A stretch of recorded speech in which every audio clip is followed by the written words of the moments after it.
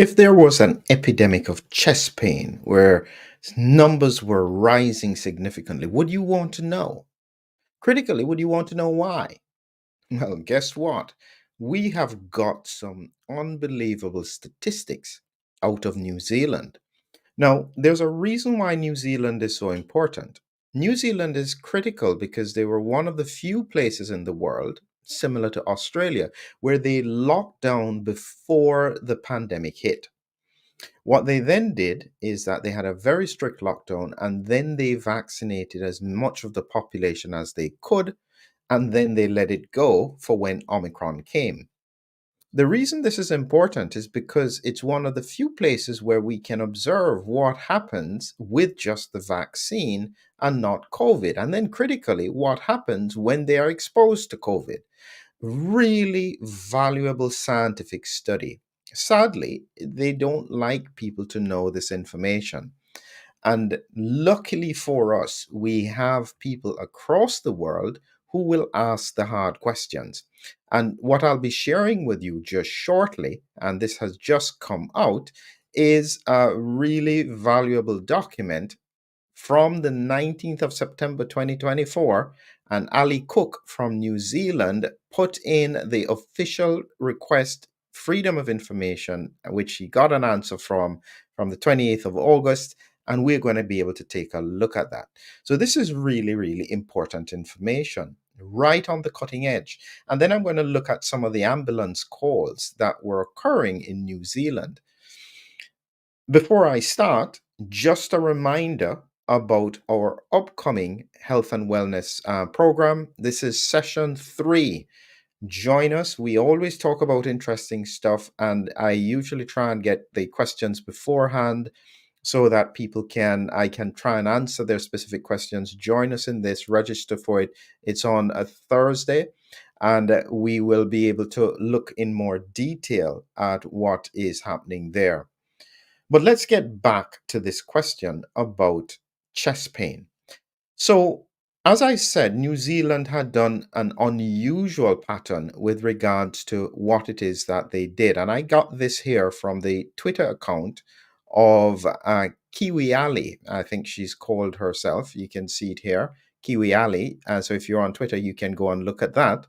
And this is what she shared with us the statistics: 2020 total deaths. This is in New Zealand, 32,613. You can see this block here. She's marked here, vaccine rollout about here. 2021 total deaths 34,932. So it was higher than 2020. Now they had lockdown here, so I guess you could see that there was that could be part of it. And they started to open up. I'm not sure what Super Saturday is. By this point, they started to give the first booster. So total deaths were rising, and then they released it with regards to Omicron in 2022. And you see total deaths here went up to 38,574. So the question is, did the vaccine actually protect them? They would argue that if they hadn't done this, their surge would have been much, much worse. That's an assumption, not necessarily fact. And then you can see in 2023, still the deaths are 34,000, still higher than 2021. And in 2024, this is only half of the year, they are still riding high numbers of deaths. So this is the excess deaths pattern that we're seeing from across the world. So these are the things that we're seeing. And as I said, New Zealand is a unique case because of what happened with their population. And this is likely to be relevant. The other thing that they spoke about, what she got, was about chest pain. And if you can see here, this is showing you people under 40 presenting to emergency departments with chest pain in New Zealand. So, according to their response in 2024, the number is extrapolated. So, that's not an accurate number for 2024, but you can see here 2019, 2020, less than 5,000. 2021, it now jumps to almost 13,000. 2022, over 20,000. 2023, 20,000. And based on the numbers, they're extrapolating, but we can't be certain. So half of the year is gone. So they're estimating the other half of the year. This could be over 25,000 under 40 having chest pain. That is absolutely abnormal, definitely an epidemic. The question is, what's the mechanism? Why would it be happening? And this leads me to a really important course that I want you to think about doing.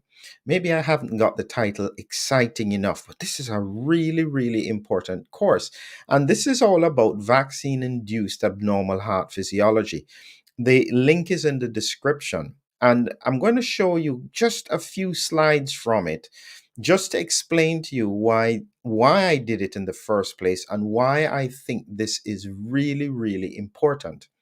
So it was really down to the fact that when you have good scientists who are looking for answers, they oftentimes look at patterns that you wouldn't think of. So these scientists were looking at PET scans, positron emission tomography. It's usually used in cancer, where we're looking at glucose uptake in cells because cancer cells tend to use a lot of glucose. But they used it to compare what happens after vaccination in the heart of somebody in terms of glucose uptake. And what they found was this. And you can see from this image here. So the paper is actually the assessment of myocardial 18F FDG uptake in the PET scan in asymptomatic, vaccinated and unvaccinated people. And you can see here, it's black when there is high uptake. That's the brain. All right. So it's always a lot of glucose being used in the brain. So it's always very dark. Now, what's interesting is that in the unvaccinated cohort, the heart doesn't normally use glucose too much. It uses mainly fat. And so you can see here, the heart is just light gray. So it does use some, but not a lot. Down here are the kidneys, which are using much more. So that's showing up quite dark. This is an 80-year-old unvaccinated male, and you can barely see the heart right here because it's not using a lot of glucose. But look at this 38-year-old male. Wow. This is very unusual. What is the mechanism of the switch of the heart from using fat to glucose? What does it mean?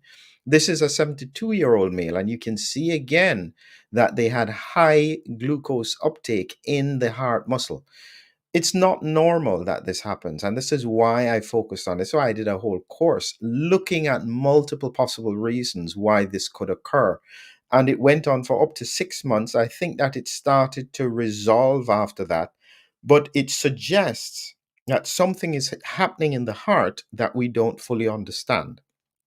One of the thoughts could be something like myocarditis with inflammation, but we don't know for certain. But part of what I cover in that presentation is I go through all of the potential other mechanisms that could be linked to that.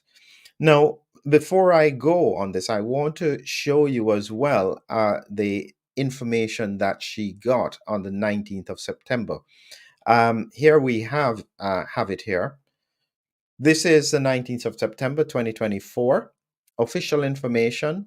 So the question was the number of people under the age of 40 presenting to emergency departments throughout New Zealand with chest pain or heart issues, 27 to 2024.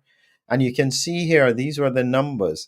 This was half of the year, 14,000 people already in 2024 with chest pain being admitted into hospital, and it was peaking in 2022, 2023. So 2024 is expected to be even higher than 2022 and 2023. The other question that they had looked at down here is that they looked at the number of ambulance arrivals in emergency departments 2017 to 2024.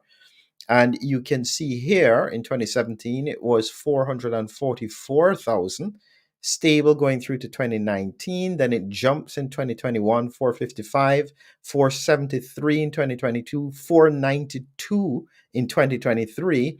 And as of July, it was already 291,000. So again, we can see this ambulance emergency trend occurring in New Zealand. I expect the same pattern in other parts of the world. Look at this number of confirmed cases of pericarditis in under 40s. 2017 to 2024, you can see 93 in 2017, 113 in 23-24, 116. So you can see these are all significant numbers. And this is the bit that is very difficult to discount. I think that what is happening is that people don't want to acknowledge what is blatantly obvious to the population. The big question is why? And the longer that this goes on, the more difficult it is for people to have objective discussions, because at the moment I can tell you, I'll show you my favorite slide here. This is what it feels like. What's going on? Everybody is baffled. They have no idea. That huge elephant is sitting there, and nobody wants to consider if he could be the reason that the coach is sinking. It's just absolutely remarkable. And so part of the problem is that this issue is not going away, and everything is pointing to the fact that we need to have this investigated and investigated thoroughly. My point has always been that when you have a combination of ongoing circulating infection with immune priming, that's a recipe for disaster. That's the bit that I've been talking about for the longest while as being the COVID storm. This, I think, is pretty serious in terms of what's happening. This is what I'm predicting, where you have both sides of the puzzle. In the middle is going to be an explosion. This is what I think is happening. It's just that it doesn't happen suddenly. It's a gradual process, and therefore people can easily ignore it. We have challenging times to go, especially in the Northern Hemisphere. At least New Zealand is going into their summer period. But for the Northern Hemisphere, who haven't been looking at this properly, we have got difficult times ahead. We need to all prepare. Follow along in the description for the links. I look forward to being able to share more information with you in the near future. Remember, take a look at this course, the vaccine induced abnormal heart physiology. It's really fascinating. And please also remember to register for our session 3 coming up shortly.